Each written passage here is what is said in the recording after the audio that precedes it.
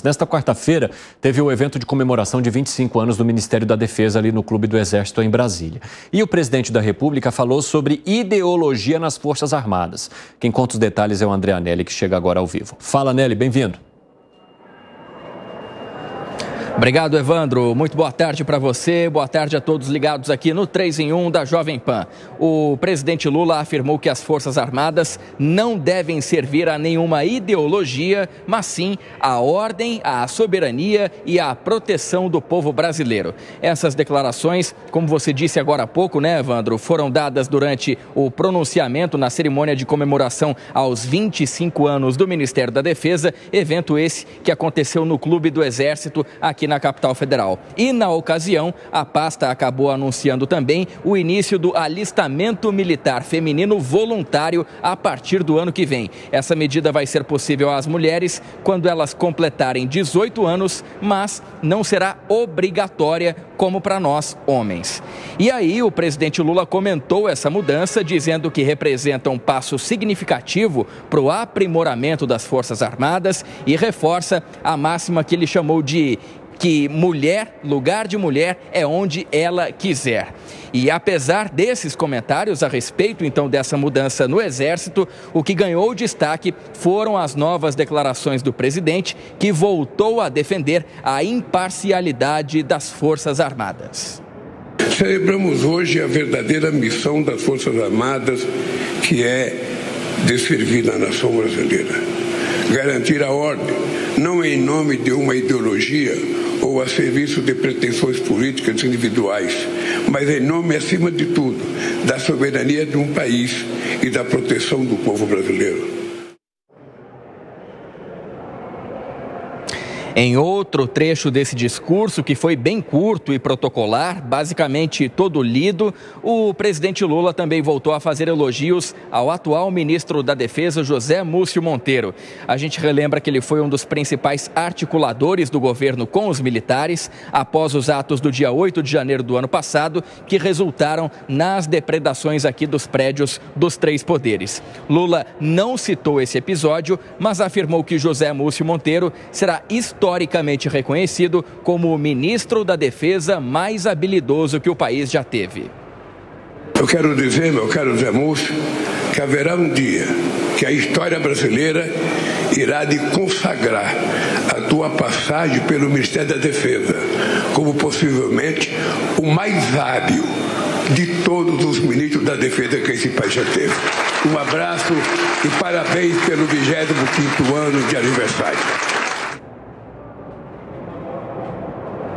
Esse foi mais um gesto de aproximação do presidente Lula com os militares, já que em menos de uma semana, esse foi o segundo evento das Forças Armadas que contou com a participação do chefe do Executivo. A gente relembra que na última quinta-feira, Lula foi à solenidade alusiva ao Dia do Soldado, no Quartel-General do Exército, o QG, também aqui na capital. E agora, esse evento em comemoração aos 25 anos do Ministério da Defesa, que curiosamente, viu, Evandro? Esse dia, essa data é comemorada em 10 de junho, mas a cerimônia, as festividades em relação a essa data acabaram sendo realizadas no dia de hoje. Obrigado, viu, Anelli? Bom trabalho para você aí em Brasília. Piperno, você acha que há necessidade de um esforço grande de pacificação em torno do governo com as Forças Armadas e principalmente para se retirar o que o presidente da República chama de ideologização das Forças Armadas? A gente não pode sair do mundo real. Claro que há muitas zonas de desconfianças de parte a parte do governo, especialmente da parte mais à esquerda do governo em relação às Forças Armadas e vice-versa. E tudo que aconteceu a partir do segundo semestre de 2022 acabou contribuindo para isso. Então, a gente não pode apagar a história, principalmente a história recente. Veja, hoje o Estado de São Paulo traz uma reportagem de página inteira cujo título é Exército abre inquérito para investigar coronéis que pressionaram por golpe. E aí tinha lá uma carta com muitos signatários, coronéis, tenentes-coronéis e tal, intitulada Carta ao Comandante do Exército, de oficiais superiores, né, da ativa do Exército Brasileiro. Então, é óbvio que também essas investigações elas não podem cessar, elas não podem terminar antes da sua conclusão. E é importante destacar que quem está encabeçando essa investigação é exatamente a Justiça Militar. Mas eu acho que é importante, sim, o governo se aproximar das Forças Armadas. O presidente Lula já fez questão de lembrar algumas vezes que, embora existam essas desconfianças, foi no governo dele que o Brasil realizou o maior programa da história recente de modernização das Forças Armadas, que incluiu o Exército, incluiu a compra de caças e a construção de caças pela aeronáutica, em parceria com a sueca Gripen, também a construção de submarinos, né, submarino nuclear, inclusive. Então, é claro que há, sim, um esforço, mas não se pode negar que ocorre também essa desconfiança mútua. E acho que é importante também essa medida voltada às mulheres.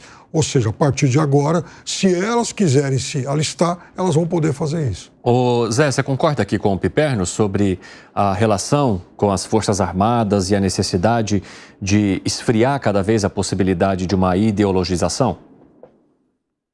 Eu acho que isso já está descartado. Na verdade, nunca houve, né, um alinhamento ideológico das Forças Armadas com qualquer governo, nem no governo do ex-presidente Jair Bolsonaro. Existiam muitos militares no governo, sim, da reserva, né, poucos da ativa, mas, enfim, existiam. Existia um apoio de maioria importante. E falaram lá 70% dos militares votando no ex-presidente Jair Bolsonaro? Sim. Agora, que defendesse qualquer possibilidade de quebra constitucional, era uma possibilidade muito pequena, existia nas Forças Armadas, mas uma possibilidade muito pequena. Numa certa conversa que eu tive com generais, eles diziam o seguinte: se você for olhar aqui, 70% dos militares votam. Então, né, na época era presidente Bolsonaro. Mas daí a dizer que apoiaria uma quebra constitucional, não existe isso, não existe essa possibilidade.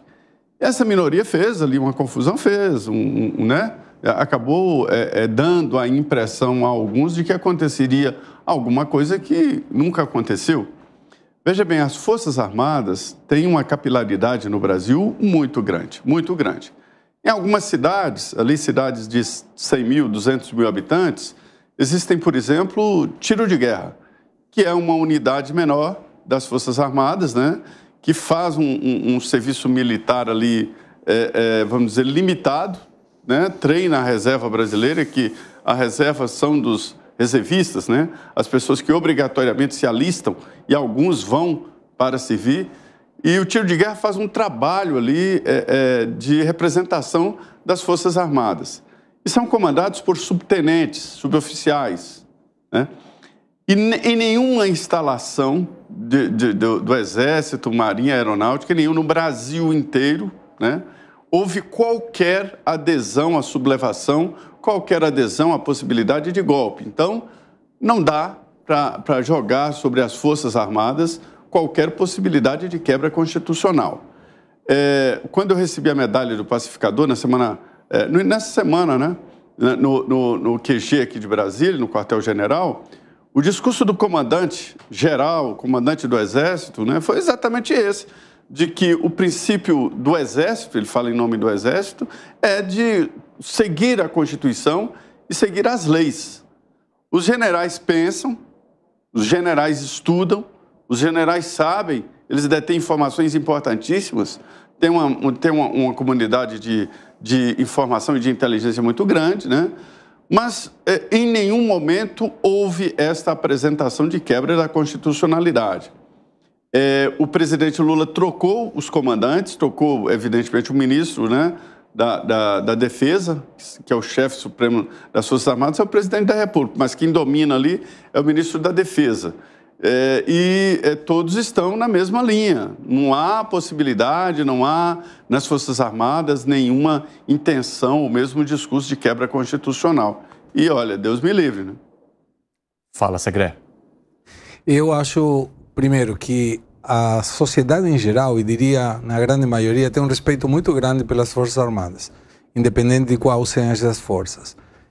Chama a curiosidade, e me parece muito válida a fala do presidente, indicando sobre que não tem que ter ideologia nenhuma. Da mesma forma, não deveria ter ideologia também nas escolas. Agora, o que me chama a atenção é que, por um lado, se fazem elogios muito grandes para as Forças Armadas e, sobretudo, para questões militares, mas o governo é contra as escolas cívico-militares. Me parece que é uma questão de antagonismo entre uma ideia e a outra e deve fazer parte, provavelmente, da narrativa do governo que eu não consigo descrever. Arremate, Gani. O discurso do presidente é correto. Forças Armadas não é uma instituição para servir a uma ideologia, é uma instituição para defender a Constituição Federal Brasileira ou aquilo que está escrito na nossa Constituição, defender os valores e o povo brasileiro. Da mesma maneira, não tem que ter ideologia no Supremo Tribunal Federal, votos muitas vezes ideológicos que não estão na Constituição e, como o Segré também pontuou, não tem que ter ideologia em escolas. Hoje a gente observa uma grande parte aí de professores do ensino fundamental doutrinando os seus alunos, né? Com versões equivocadas da história, com versões viesadas, sem mostrar o outro lado, sem mostrar o contraditório, induzindo o aluno a um tipo de pensamento. Esse marxismo cultural é muito mais comum. Eu sei que o Piperno tá aqui, né, com o seu barulho sonoro aqui, mas existe sim esse marxismo cultural nas escolas e muitos alunos saem aí com visões ideológicas distorcidas. Arremate, Piperno, você se manifestou, pode falar. Eu tenho a impressão que se algum desses muitos institutos de pesquisa que trabalham aí, demais, inclusive nesse período eleitoral, sair fazendo pesquisa com os alunos para perguntar para eles se eles sabem o que é marxismo, olha, não, mas, Piperno, a gente vai ter votação de candidato nanico. Piperno, deixa eu te falar uma coisa. Muitos alunos não sabem, de fato, o que é marxismo, mas eles pensam e veem o mundo de uma maneira marxista. Esse que é o ponto. Não precisa nem conhecer Marx, mas as ideias de Marx, né, já estão ali presentes na cabeça desses alunos.